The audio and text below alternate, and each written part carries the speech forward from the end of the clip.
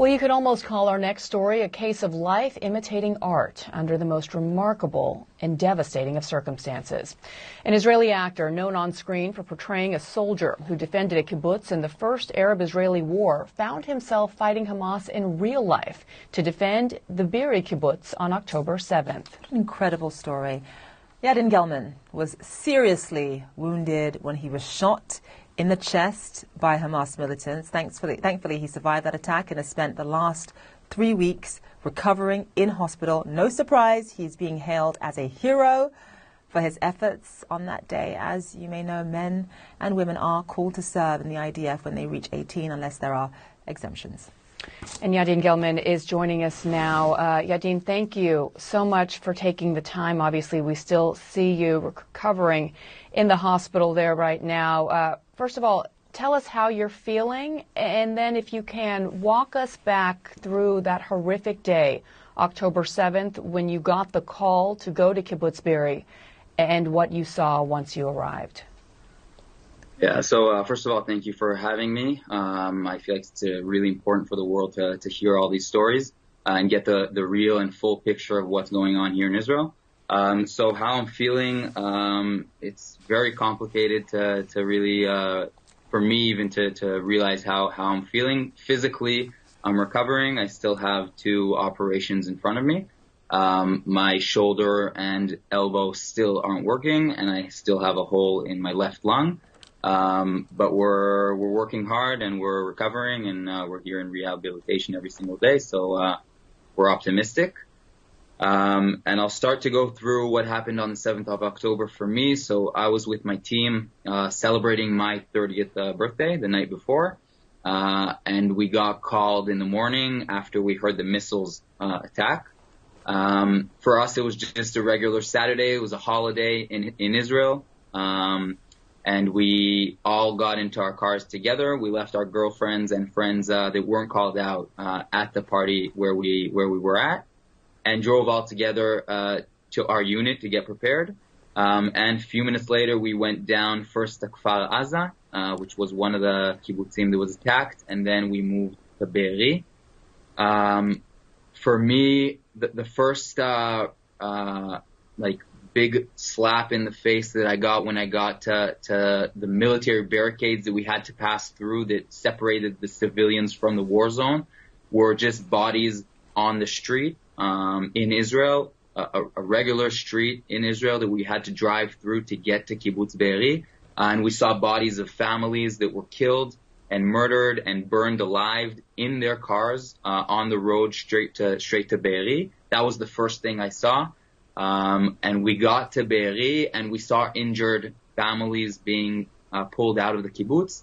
The first injured person that I saw was a 3-year-old child that was burnt from head to toe because an RPG got sent into her house.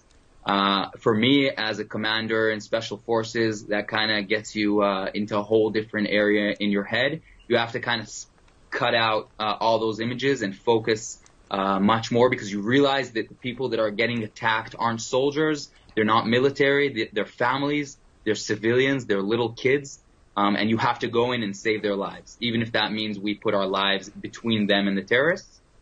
And going through Kibbutz Be'eri on the 7th of October was really something I never imagined, even as a combat soldier, that I'd see in my entire life. I saw babies that were killed inside their beds. I saw families that were holding their loved ones that got shot, and their bodies were just really treated in the worst way possible, and they were holding them in their safe rooms so that nobody would take them away from them. I saw families that were burnt alive inside their rooms, entire families of kids and parents, and really people that had beautiful homes that were burnt and killed alive, burnt alive and killed inside their homes. We just went through house to house, trying to save as many people and as many hostages as we could. And then by 7 p.m., we were on our way to the dining room in Be'eri to save 50 hostages, kids that were tied together and tortured in front of each other by Hamas terrorists. We were on our way to save them. And one house before the dining room, I got shot from the right, by a terrorist, Hamas terrorist, with an AK-47. He shot off my finger.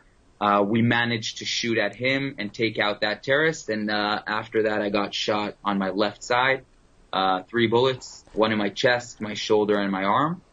And then the fight kept on going. My team kept on fighting until they managed to take down all the terrorists and kind of get me and my friend David that was with me there.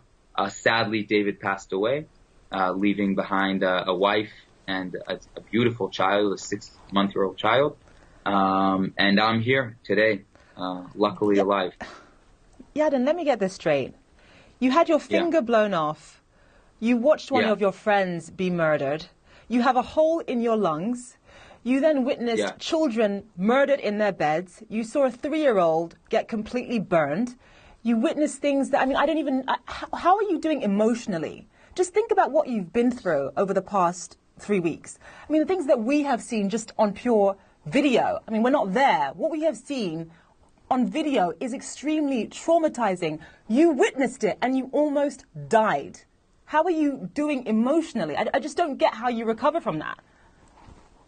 That's a question that has to be asked every single Israeli that is today living in Israel and abroad. We all have been traumatized as a nation. Our home has been penetrated. Our security has been shaken, and we see that pure evil has been living next to us and inside our homes for these I don't know how many years. How I'm doing and how my mental state is, I think, is a question that is irrelevant now. I think we need to start taking care of our mental state when we finish this war. For now, Israel is in one of the most evil wars that we face, and we've seen devastating things, all of us here in Israel. For now, we need to win this war. The next stage is to start taking care of ourselves physically and mentally. But for now, we're dealing with pure evil. And that's what's important. To win this war, make sure that pure evil doesn't spread into the entire world, and then we'll start taking care of ourselves. Yeah, that's what I hear from so many Israelis, including your girlfriend who connected us, also a journalist. When asking people how they're feeling, they say that that's a luxury at this point to assess their mental state because they're just in battle mode and really survival mode. Yadin Gelman, you in fact are indeed a hero. We're so sorry for the loss of your colleague David, and we do appreciate your time today, and best of luck on your road to recovery. We appreciate it. Be well. Thank you very much. Thank you for having me.